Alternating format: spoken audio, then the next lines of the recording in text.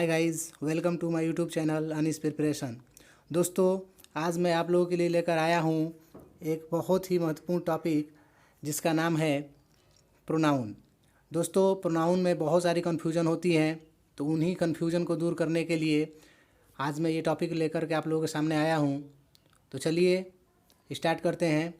Pronoun, what is a pronoun? दोस्तों, pronoun दो शब्दों से मिलकर बना है, प्रो प्लस नाउन। प्रो का मतलब होता है फार और नाउन का मतलब होता है नाउन, मतलब कि नाउन के लिए। ऐसा शब्द जो नाउन के लिए प्रयुक्त हो, जो नाउन के बदले प्रयुक्त हो, उसे ही हम प्रोनाउन कहते हैं। इसका डिफिनेशन भी यही कह रहा है कि pronoun is a word used in place of noun to stop the repetition of a noun. कह रहा है कि प्रोनाउन वह शब्द है जो नाउन के स्थान पर नाउन की पुनरावृत्ति, नाउन के रिपीटेशन को रोकने के लिए प्रयुक्त होता है। तो आइए एग्जाम्पल को देखते हैं।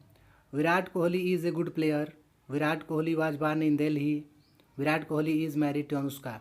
दोस्तों, इसमें देखिए विराट कोहली एक बार जब प्रयुक्त हो गया, एज ए नाउन यहाँ पर आ गया, तो बार बार एक ही सेंटेंस में नाउन का प्रयोग नहीं होता है।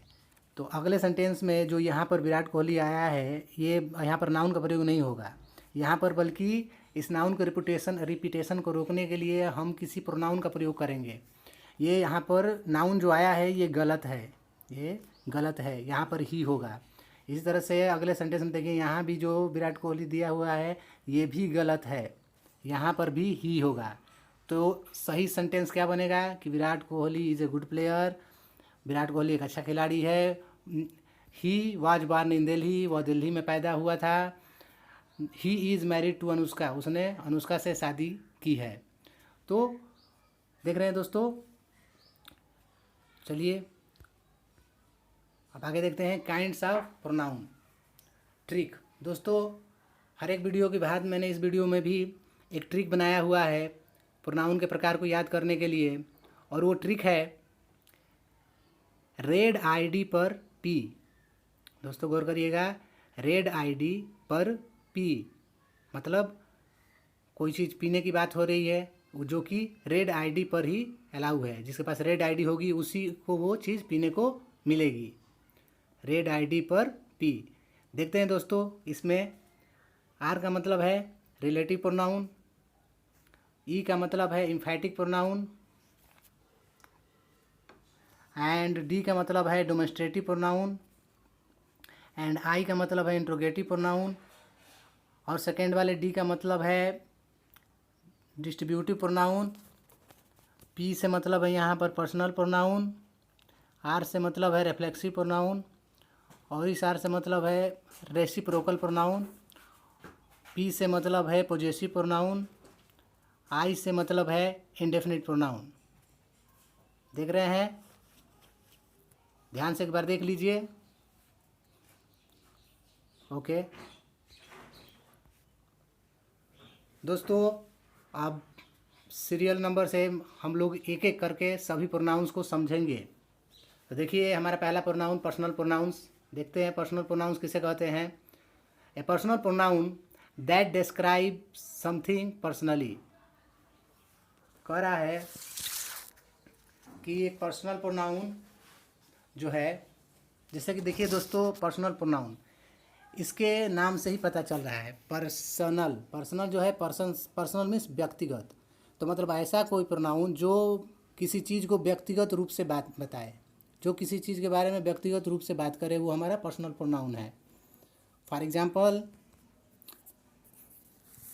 देखते हैं। I am a boy. कह रहा है कि आई एम ए बॉय, मैं एक लड़का हूँ। दोस्तों, यहाँ पर मैं क्या है, व्यक्तिगत बात हो रही है कि मैं एक लड़का हूँ। आई इसमें क्या है, पर्सनल प्रोनाउन की तरह यूज हुआ है, पर्सनल प्रोनाउन है। ये व्यक्तिगत किसी एक आदमी के बारे में बात हो रही है कि मैं एक लड़का हूँ। दोस्तों आगे देखते हैं। पर्सनल प्रोनाउन के दो केस होते हैं। पर्सनल प्रोनाउन एक सब्जेक्टिव केस होता है और एक ऑब्जेक्टिव केस होता है। मतलब ये total number of personal pronoun है, 7 इधर एंड 7 इधर, यानी टोटल 14। तो हम इस तरह से कह सकते हैं कि पर्सनल प्रोनाउन की संख्या टोटल 14 है। देखिए, तो पर्सनल प्रोनाउन का सब्जेक्टिव केस क्या होता है? पर्सनल प्रोनाउन का सब्जेक्टिव केस में आता है I, we, you, they, he, she, it. और इसी का और इन्हीं सातों से उसका ऑब्जेक्टिव केस बनता है। आई का होता है मी, वी का होता है अस मीन्स हमें, यू का मीन यू, देखिए सब्जेक्टिव केस भी यू होता है और ऑब्जेक्टिव केस भी यू ही होता है, लेकिन दोनों का अर्थ बदल जाता है। सब्जेक्टिव केस में जब यू का प्रयोग होगा तो उसका मतलब होगा यू, तब उसका मतलब निकलेगा तुम। और जब ऑब्जेक्टिव केस में यू का प्रयोग होगा तब उसका मतलब निकलेगा तुम्हें। ये गौर करिएगा, तुम और तुम्हें। दे, देम, ही, हिम पुरुष के लिए, सी का हर हो जाएगा, और ईट का ऑब्जेक्टिव केस ईट ही होता है, लेकिन इसका अर्थ बदल जाता है। सब्जेक्टिव केस में ईट का मतलब होता है यह, और ऑब्जेक्टिव केस में ईट का मतलब होता है इसे। तो ये सारे हमारे पर्सनल प्रोनाउंस हैं। देखिए दोस्तों, यहाँ पर आसानी से समझने के लिए, ये बहुत बड़ा प्रोनाउन में बहुत बड़ा कन्फ्यूजन होता है रिफ्लेक्सिव प्रोनाउन और इम्फेटिक प्रोनाउन के बीच में। और होगा क्यों नहीं, क्योंकि देखिए इसको, ये दोनों रिफ्लेक्सिव और इम्फेटिक प्रोनाउन को हम शब्दों से नहीं पकड़ सकते हैं कि कौन सा रिफ्लेक्सिव है कौन सा इम्फेटिक है, क्योंकि रिफ्लेक्सिव और इम्फेटिव प्रोनाउन के जितने भी शब्द हैं समान होते हैं, सेम होते हैं। फॉर एग्जांपल देख लीजिए, माई, जैसे कि रिफ्लेक्सिव और इम्फेटिक प्रोनाउन के जो शब्द हैं, जो लिस्ट है इनका, उसके अंतर्गत myself, himself, herself, yourself, itself, ourselves, yourselves, themselves, ये सारे के सारे वर्ड रिफ्लेक्सिव और इम्फेटिक दोनों प्रोनाउन में होते हैं। तो इनको पहचानने का एक ही तरीका है कि इसके भाव से हम पकड़े और इसके स्ट्रक्चर से हम इसको पकड़े कि जो ये वर्ड यूज हुआ है किसी सेंटेंस में, तो वहाँ पर रिफ्लेक्सिव प्रोनाउन की तरफ यूज हुआ है कि इम्फेटिक प्रोनाउन की तरह यूज हुआ है। तो चलिए, और इसमें एक ध्यान देने वाली बात यह है दोस्तों कि देखिए रिफ्लेक्सिव प्रोनाउन जो है ना, सब्जेक्ट को रिफ्लेक्ट करता है। रिफ्लेक्सिव प्रोनाउन सब्जेक्ट को रिफ्लेक्ट करता है, जबकि इम्फेटिक प्रोनाउन सब्जेक्ट पर जोर देता है। इम्फेटिक प्रोनाउन अपनी बात को रखने के लिए, अपने किसी एक्शन को करने के लिए वो सब्जेक्ट पे जोर देता है इम्फेटिक प्रोनाउन। एग्जाम्पल से दोनों को समझते हैं। देखिए पहला एग्जाम्पल कह रहा है कि ही हर्ट्स हिमसेल्फ, वह खुद को चोट पहुंचाता है। सिंपल है, ही हर्ट्स हिमसेल्फ, वह खुद को चोट पहुंचाता है। ये यहाँ पर देखिए रिफ्लेक्सिव प्रोनाउन की तरह यूज हुआ है। लेकिन अगला वाला एग्जाम्पल जो कह रहा है कि ही हिमसेल्फ हर्ट्स, वह खुद चोट पहुंचाता है, वह खुद ही चोट पहुंचाता है। दोनों का समझिए, ही हर्ट्स हिमसेल्फ, वह खुद को चोट पहुंचाता है। ही हिमसेल्फ हर्ट्स, वह खुद चोट पहुंचाता है, वह खुद ही चोट पहुंचाता है। तो देखिए दूसरे वाले सेंटेंस में जो ही हिमसेल्फ हर्ट्स है, ये इम्फेटिक है, जोरदार सूचक है, अपनी बात को जोरदार तरीके से रख रहा है कि ही हिमसेल्फ, वह खुद हर्ट्स, चोट पहुंचाता है, वह खुद ही चोट पहुंचाता है। देख रहे हैं। और दोस्तों एक और बात गौर करने वाली है यहाँ पर। आपको, मुझे पता है कि बहुत सारे लोगों को इंग्लिश का मतलब निकालने में बड़ा दिक्कत होता है, और रिफ्लेक्सिव और इम्फेक्टिव का तो यही है कि जब तक हम उसका मतलब नहीं समझ पाएंगे, उसको थोड़ा समझना बड़ा मुश्किल हो जाता है। लेकिन दोस्तों आप लोग टेंशन मत दीजिए, इसके लिए भी मैंने एक बहुत ही बेहतरीन ट्रिक निकाला है, जिससे आप बहुत आसानी से बिना सेंटेंस का अर्थ समझे ही पकड़ लेंगे कि वो रिफ्लेक्सिव है कि इम्फेक्टिव है। देखिए वो होता क्या है। देखिए दोनों रिफ्लेक्सिव और इम्फेटिक प्रोनाउन में सबसे बड़ा अंतर यही होता है कि इम्फेटिक प्रोनाउन सब्जेक्ट के तुरंत बाद आकर सब्जेक्ट पर जोर डालता है। गौर करिएगा, इन दोनों में रिफ्लेक्सिव और इम्फेटिक प्रोनाउन में मेन अंतर यही होता है कि इम्फेटिक प्रोनाउन में जो शब्द होता है वो सब्जेक्ट के तुरंत बाद आकर के अपने आप सब्जेक्ट पे जोर डाल करके अपनी बात को कहता है। जैसे देखिए इम्फेटिक प्रोनाउन में ही क्या है, यहाँ पर सब्जेक्ट है, और जो हिमसेल्फ यानी कि रिफ्लेक्सिव प्रोनाउन का वर्ड हिमसेल्फ आया है तो उसके तुरंत बाद ही आया है। यहाँ देखिए ही हिमसेल्फ, तो ये सब्जेक्ट के साथ लगा हुआ होता है। ऐसे होगा he himself, you yourself, we our सेल्फ्स।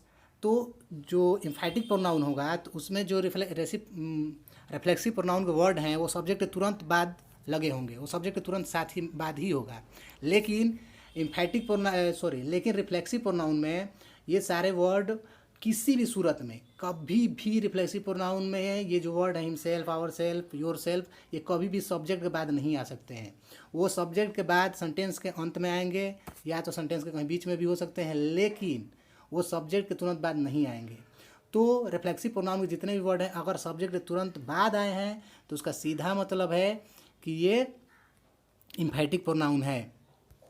दोस्तों उम्मीद है आप लोगों को समझ में आया होगा। आगे चलते हैं। तो ये अगला number 4 possessive pronoun. Possessive pronoun दोस्तों देखिए इसका अर्थ से ही पता चल रहा है। पॉजेसिव मतलब होता है अधिकार सूचक, मालिकाना हक बताने वाला। मतलब कि ऐसा प्रोनाउन जो किसी वस्तु के ऊपर मालिकाना हक की बात करे। जैसे कह रहा है कि pronoun use to show possession called a possessive pronoun. कह रहा है कि ऐसा प्रोनाउन जो अधिकार को दर्शाए, जो अधिकार के बारे में बात करे, उसे हम पॉजेसिव प्रोनाउन कहते हैं। फॉर एग्जांपल देखते हैं, दिस मोबाइल इज़ माइन। दोस्तों गौर करिएगा, कह रहा है कि दिस मोबाइल इज़ माइन, यह मोबाइल मेरी है। मतलब यहाँ पर मालिकाना हक की बात हो गई। उस मोबाइल पे मालिकाना हक किसका है? तो मेरा है। उस मोबाइल पे किसका अधिकार है? तो मेरा है। यहाँ पर गौर करिए, ये कह रहा है कि यह मोबाइल मेरी है, मतलब उस मोबाइल पर किसका हक है? तो मेरा हक है। यहाँ पर ये अधिकार की बात कर रहा है। ऐसे ही दैट बुक इज़ योर्स, वह किताब तुम्हारी है। तो यहाँ भी मालिकाना हक की बात हो रही है कि वो किताब का मालिक कौन है? तो तुम हो। वो किताब किसकी है? तो तुम्हारी है।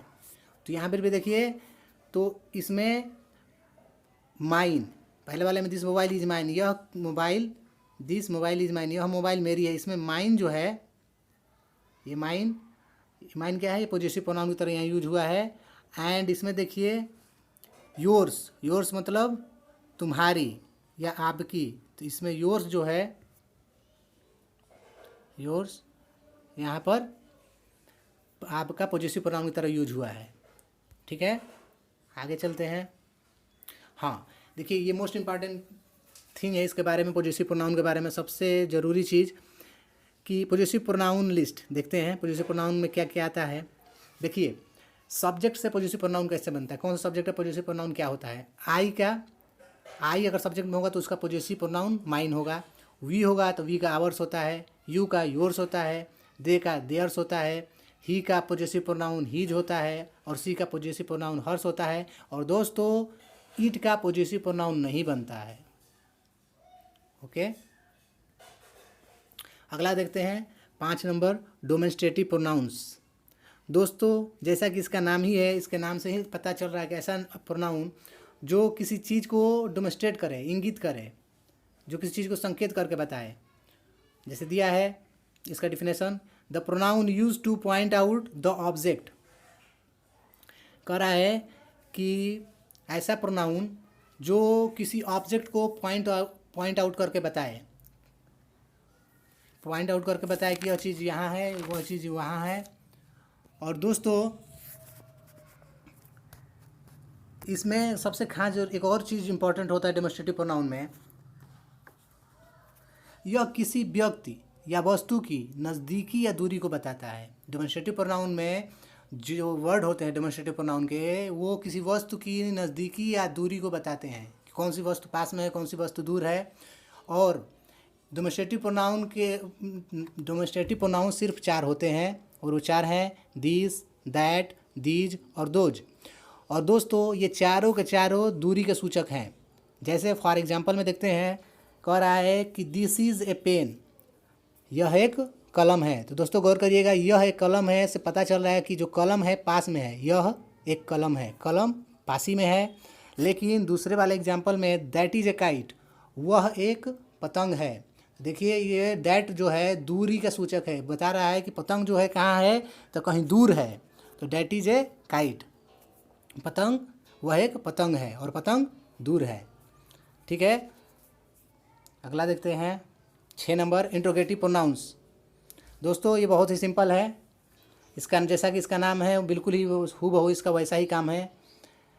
इंट्रोगेटिव प्रोनाउंस मीन्स प्रश्न सूचक सर्वनाम। प्रश्न सूचक मतलब प्रश्न करने वाला। तो इसका डिफिनेशन कह रहा है कि the pronoun used for asking A question is called an interrogative pronoun. कह रहा है कि जिस प्रोनाउन का प्रयोग प्रश्न पूछने के लिए किया जाता है उसे इंट्रोगेटिव प्रोनाउन कहते हैं। इंट्रोगेटिव प्रोनाउन के में ये 5 वर्ड होते हैं दोस्तों, इन 5 वर्डों को ध्यान पर रखिएगा। वो है हु, व्हाट, व्हिच, हुम, हुज। चलिए दोस्तों इसके अर्थ बताते हैं। हु मीन्स होता है हु कौन, व्हाट क्या या कौन सा, व्हिच कौन सा, हुम किसको, और हुज, हुज मीन्स किसका। फॉर एग्जाम्पल इसका देखते हैं। व्हाट इज़ योर नेम, तुम्हारा क्या नाम है। देखिए इससे तुम्हारा क्या नाम है, इससे प्रश्न पूछा जा रहा है, इससे प्रश्न पूछने का बोध हो रहा है, इसलिए यह एक इंट्रोगेटिव प्रोनाउन है। और यहाँ देखिए हुम डू यू लव, तुम किससे प्यार करते हो। यहाँ भी क्वेश्चन पूछा जा रहा है, प्रश्न पूछा जा रहा है कि तुम किससे प्यार करते हो, तो ये भी हमारा इंट्रोगेटिव प्रोनाउन है। अगला चलते हैं 7 नंबर, डिस्ट्रीब्यूटिव प्रोनाउंस। दोस्तों जैसा कि इसका नाम है हूबहू वैसा ही बिल्कुल इसका काम है। डिस्ट्रीब्यूटिव मतलब वितरणवाचक सर्वनाम, वितरणवाचक मतलब बांटने वाला। देखते हैं, distributive pronoun is A pronoun that describes members of A group separately not collectively. कह रहा है कि वितरणवाचक सर्वनाम वह सर्वनाम है जो किसी समूह के सदस्यों का अलग अलग वर्णन करता है, न कि सामूहिक रूप से। ठीक है, ये जो ग्रुप तो होगा, ग्रुप के सदस्य भी होंगे, लेकिन उनका वो अलग अलग वर्णन करेगा, सेपरेटली वर्णन करेगा, न कि सामूहिक रूप से। ठीक है, उनको बांट देगा। ठीक है, वितरण करने का काम करता है, उनको बांटने का काम करता है। और देखिए डिस्ट्रीब्यूटिव प्रोनाउन के जो वर्ड होते हैं वो इस प्रकार हैं, each, either, neither, everyone, everybody. इसका एग्जाम्पल देखते हैं दोस्तों। इसका एग्जाम्पल है each of the boys was handsome. देखिए यहाँ पर कह रहा है कि लड़कों में से प्रत्येक सुंदर था।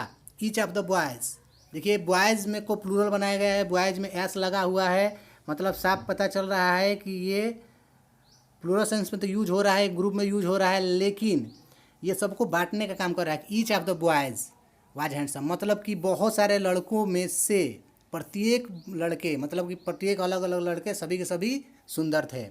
ठीक है, तो ये बांटने का काम कर रहा है कि लड़कों में से प्रत्येक सुंदर था। दूसरा देखते हैं, either of you can go with me. देखिए दोस्तों आइदर ऑफ यू, देखिए कह रहा है कि तुम में से कोई एक मेरे साथ जा सकता है। दोस्तों यहाँ भी देखिए एक से अधिक व्यक्तियों का बोध हो रहा है कि एक से अधिक व्यक्ति हैं, और सामने वाला कह रहा है कि तुम में से कोई एक मेरे साथ जा सकता है। ठीक है, आइदर मतलब दो के लोगों के लिए प्रयोग हो रहा है, 2 लोग हैं, कह रहा है कि तुम में से कोई एक मेरे साथ जा सकता है, बांटने का काम कर रहा है। तो यहाँ पर क्या है, आइदर जो है एक डिस्ट्रीब्यूटिव प्रोनाउन की तरह यूज हो रहा है। ठीक है दोस्तों, अगला देखते हैं 8 नंबर, रेसिप्रोकल प्रोनाउंस। दोस्तों ये बहुत ही आसान है, इसमें कुछ होता ही नहीं है, बस एक ही वर्ड होता है। मान के चलिए एक वर्ड क्या 2 वर्ड मानिए, दोनों का मीनिंग लेकिन सेम ही होता है, और वो दोनों वर्ड हैं ईच अदर और वन एंड अनदर, और इन दोनों का मतलब होता है एक दूसरे को। देखते हैं, कह रहा है कि each other and one another are called reciprocal pronouns. कह रहा है कि ईच अदर और वन अनदर को ही हम रेसिप्रोकल प्रोनाउंस कहते हैं। For example they loved each other या वन अनदर। दोस्तों ईच अदर और वन अनदर दोनों का मतलब सेम होता है। हम ईच अनदर और वन अनदर दोनों में से किसी को भी कहीं भी यूज कर सकते हैं। कह रहा है कि दे लव्ड ईच अदर या वन अनदर, वे एक दूसरे को प्यार करते थे। ठीक है, तो वो एक दूसरे को, ठीक है, प्यार करते थे। ये परस्पर बोधक है, एक दूसरे को प्यार करते थे। तो यहाँ पर ईच अदर वन अनदर है, जो ईच अदर ये जो वर्ड लगा हुआ है ये क्या है, हमारा रेसिप्रोकल प्रोनाउन है। ठीक है, अगला देखते हैं, they killed each other one another. Correct, they killed each other, उन्होंने एक दूसरे को जान से मार दिया। दोस्तों यहाँ पर देखिए जो ईच अदर है यहाँ पर क्या है, या वन अनदर दोनों कह सकते हैं, ये दोनों को दोनों हमारे रेसिप्रोकल प्रोनाउन है। चलिए अगला देखते हैं,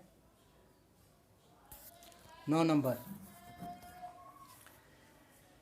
रिलेटिव प्रोनाउंस। दोस्तों जैसा कि इसका नाम है, इसका नाम से ही पता चल रहा है कि ये संबंधवाचक सर्वनाम। दोस्तों रिलेटिव प्रोनाउन क्या होता है, इसका डिफिनेशन देखते हैं। Relative pronoun refers to some noun going before. कह रहा है कि रिलेटिव प्रोनाउन ऐसे नाउन या प्रोनाउन को दर्शाता है जिसका प्रयोग वाक्य में पहले हो चुका है। और इसको थोड़ा डिटेल में समझने की कोशिश करते हैं। देखिए दोस्तों, जैसा कि इसके नाम से ही पता चल रहा है, संबंधवाचक, यह एक ही वाक्य के दो क्लाज को आपस में जोड़ता है। मतलब यह कंजंक्शन का भी कार्य करता है, उस दोनों क्लाज में संबंध दर्शाता है और दोनों में गहरा संबंध होता है। एक के बिना दूसरे का अस्तित्व नहीं होता, एक के बिना दूसरा हमेशा अधूरा रहता है। एग्जाम्पल समझते हैं कैसे एक के बिना दूसरा अधूरा रहता है। देखिए जैसे है कि दिस इज़ द बॉय, यह वही लड़का है, हु केम यस्टरडे, जो कल आया था। दोस्तों यहाँ पर देखिए हु जो है, हु यहाँ पर रिलेटिव प्रोनाउन की तरह यूज हुआ है, या कह लीजिए कि कंजंक्शन का भी काम कर रहा है। अगर देखिए, अगर हु के पहले वाला मैं क्लाज पढ़ूँ कि दिस इज़, हु के पहले वाला जो क्लाज है अगर मैं ये पढ़ूँ कि this is the boy, sorry, अगर ये मैं पढ़ूँ कि दिस इज़ द बॉय, यह वही लड़का है, तो क्या वह वही लड़का है? क्या कुछ पता चल रहा है? नहीं। लेकिन जैसे ही मैंने कहा कि हु केम यस्टरडे, जब मैंने ये हु को जोड़ के इसको बनाया, हु केम यस्टरडे, जो कल आया था, तो इसका पूरा अर्थ निकल जा रहा है। ठीक है, तो ये दोनों क्लास जो हैं आपस में इनका गहरा संबंध होता है, एक दूसरे से जुड़े रहते हैं। ऐसे ही दूसरा एग्जाम्पल है, I have found the mobile which I lost yesterday. I have found the mobile which I lost yesterday, कह रहा है कि मुझे वह मोबाइल मिल गया है जिसे मैंने कल खो दिया था। दोस्तों फाइनली इसके जो वर्ड हैं उनको हम ध्यान में रखते हैं। रिलेटिव प्रोनाउन के जो वर्ड हैं मेन कौन कौन से होते हैं, और ये ध्यान दीजिएगा यहाँ पर, ये रिलेटिव प्रोनाउन के जो वर्ड हैं ये कंजंक्शन की तरह काम करते हैं। ये कभी भी इसकी सेंटेंस के शुरू में नहीं लगते हैं, जब भी लगेंगे तो सेंटेंस के बीच में लगेंगे, कंजंक्शन का काम करेंगे ये सब वर्ड। और वो जो कंजंक्शन का काम करते हैं वो सारे वर्ड क्या क्या हैं, तो देखिए हु है, हुम है, whose, which, what and that, ये जो है हमारे सारे के सारे रिलेटिव प्रोनाउन हैं। 10वां है इनडेफिनिट प्रोनाउंस, अनिश्चित सर्वनाम। ये निश्चित नहीं होता, अनिश्चित होता है। तो ऐसा सर्वनाम जो अनिश्चित हो। फॉर एग्जाम्पल इसका डिफिनेशन देखते हैं। And indefinite pronoun refers to persons or things in a general way and does not refer to any person or thing in particular. ये कह रहा है कि जो इंडेफिनिट प्रोनाउन होता है यह किसी निश्चित व्यक्ति या वस्तु का बोध नहीं कराता है, बल्कि यह सामान्य व्यक्ति या वस्तु का बोध कराता है। ठीक है, यह स्पेशली किसी खास इंसान के बारे में बात नहीं करता है, बल्कि यह एक सामान्य वे में, एक जनरल वे में बात करता है। ठीक है, देखते हैं इसके अंतर्गत कुछ वर्ड आते हैं, वो हैं जैसे someone, anyone, all, many, nothing, some, everybody, ETC. दोस्तों इसके अलावा भी बहुत सारे वर्ड हैं जो इंडेफिनिट प्रोनाउन के अंतर्गत आते हैं। दोस्तों देखते हैं इसका एग्जाम्पल। इसका एग्जाम्पल कह रहा है कि someone has stolen my watch. गौर करिएगा इसके एग्जाम्पल पर। कह रहा है कि someone has stolen my watch, किसी ने मेरी घड़ी चुरा ली। दोस्तों देखिए यहाँ पर ये कह रहा है किसी ने मेरी घड़ी चुरा ली। ये पार्टिकुलर पर्सनली किसी को नहीं कह रहा है कि यार तुमने मेरी घड़ी चुरा के रखी है, तुमने मेरी घड़ी चुरा ली है। वो कह रहा है कि किसी ने मेरी घड़ी चुरा ली है। ठीक है, यह कॉमनली जनरल वे में कह रहा है, वो ये बात सब पे लागू होती है क्योंकि उसको खुद ही पता नहीं है उसकी घड़ी कौन चुराया है। तो समवन मतलब किसी ने, तो किसी ने तो कोई भी हो सकता है, ये कॉमनली सब पे अप्लाई होता है। ठीक है, ये सबके लिए बोध करा रहा है, किसी खास व्यक्ति को नहीं कह रहा है कि तुमने मेरी घड़ी ले ली है। अगला एग्जाम्पल देखते हैं कि all the students in my class work hard. कह रहा है कि मेरी कक्षा के प्रत्येक छात्र कठिन परिश्रम करते हैं। मेरी कक्षा में सभी छात्र कठिन परिश्रम करते हैं। देखिए ऑल है तो ऑल का मतलब होता है सभी। तो देखिए किसी एक पार्टिकुलर पर्सन की बात ये नहीं कर रहा है कि तुम कठिन परिश्रम करते हो, ये जनरली वे में सबको कह रहा है कि मेरी कक्षा में सभी छात्र कठिन परिश्रम करते हैं। तो यहाँ पर ऑल जो है, ऑल वर्ड जो लगा हुआ है, ऑल क्या है हमारा, यही हमारा इंडेफिनिट प्रोनाउन की तरह यूज हुआ है ऑल। और पहले वाले एग्जाम्पल में समवन हमारा ये क्या है, इंडेफिनिट प्रोनाउन है। तो दोस्तों कैसा लगा आज का वीडियो? इस वीडियो को लाइक कीजिए और अधिक से अधिक अपने दोस्तों को शेयर कीजिए। दोस्तों आज के लिए बस इतना ही। Thank you.